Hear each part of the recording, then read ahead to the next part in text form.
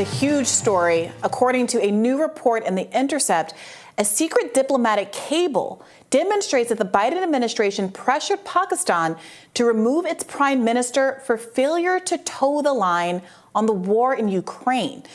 But now is the Pakistani government censoring this very report. Now, we've reached out to the White House for comment, and we'll keep you all updated on that front. But until then, here to discuss in more detail is the reporter at The Intercept, Murtaza Hussain. Welcome back. Thanks for having me. Now, Murtaza, walk us through what this document actually says. So this document, which is known in Pakistan as a cipher, has been the center of a very serious political crisis of the past year and a half over the removal of Imran Khan.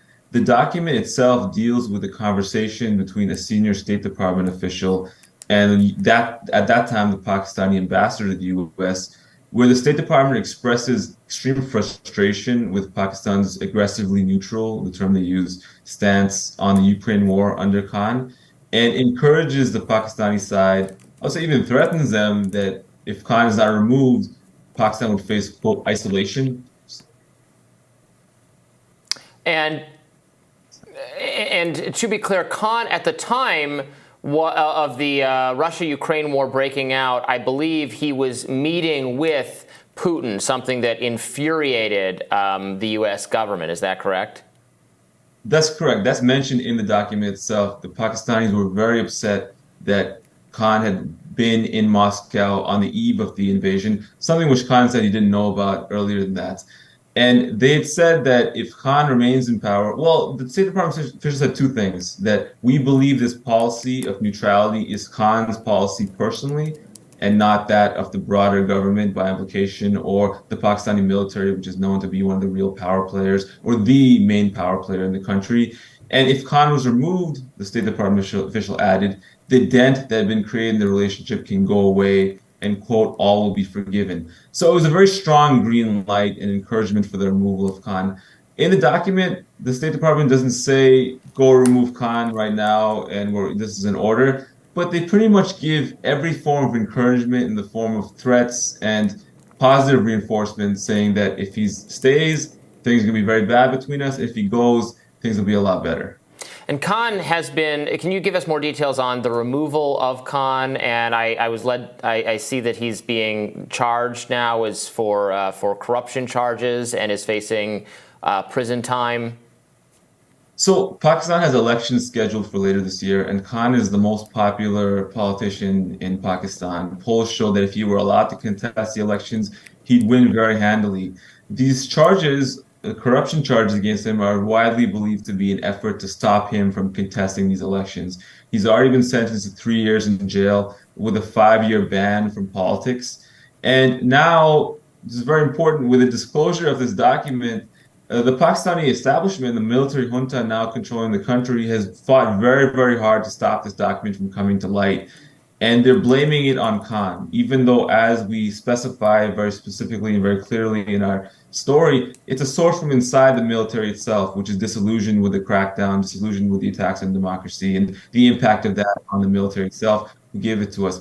They're blaming on Khan specifically because they'd like to add more charges, which could have even more grave implications for him beyond not being able to have freedom for the next few years and being banned from politics. I mean, this is an incredible story with incredible implications. It has resonances of what we saw in Brazil with Lula's imprisonment, someone who was popular and likely to win an election, only prevented from doing so because of a kind of allegedly fake or exaggerated legal charges. But this one has the added dynamic of having what looks like pretty clear evidence that the American government, the U.S. State Department, was basically picking and choosing the leader of another country. And then not only that, but doing so on the basis of their, quote, aggressively neutral position on the war in Ukraine. You're right, it's just a little bit of background that the day before the meeting between the U.S. State Department official and the Pakistani official, that Khan addressed a rally and responded directly to European calls that Pakistan rally behind Ukraine, quote, "Are we your slaves?" Khan turned to the thundering crowd. "What do you think of us? That we are your slaves and that we will do whatever you ask of us? We are friends of Russia and we are also friends of the United States. We are friends of China and Europe. We are not part of any alliance." That is the kind of statement that provoked the U.S. to say, we get to pick the leader of your country? Bree, the chronology is really amazing because that statement happened before this meeting. The next day after the meeting, the opposition advanced the very motion which led to his removal from power. So it all happened in quite a compact time frame. And, this policy of neutrality, which the State Department was criticizing on behalf of Khan, has now been discarded entirely by the Pakistani side. They've emerged as a major supplier of weaponry to the Ukrainian military in their war against Russia, brokered by the United States and European allies as well too. So Pakistan's no longer neutral. They're clearly on the western side of the conflict. And the neutral policy, which Khan and many other countries in the region had tried to chart, Pakistan is now out of that circle now. They're clearly in the western camp. So in a way, if you take the most charitable interpretation of the State Department's actions and comments, and I will add that in this cable, like typical of the many intelligence cables, there's a summary analysis by the person filing, in this case, the Pakistan ambassador. They clearly saw it as interference and described it as such. If you take the most charitable interpretation that they're simply expressing a view, they still managed to sway Pakistani politics in such a way that they've resulted in the effective annulment of democracy, the removal of a popular politician who's now in jail, and the reestablishment of military hegemony in the country, which the U.S. has now not just silent on, but actually facilitating by continuing to deal with the Pakistani military in cooperation in this foreign conflict. Are there that many elements of the government who participated in the effort to oust Khan who were fearful or desirable of closer favorability from the U.S.? Given that obviously this wasn't just like, he wasn't assassinated, right? He was taken out by a group of military officials. The court officials obviously have to be are involved in the process to do these corruption charges. So is there some kind of broad desire among the non-Khan faction of the government to have a more favorable to the U.S. policy?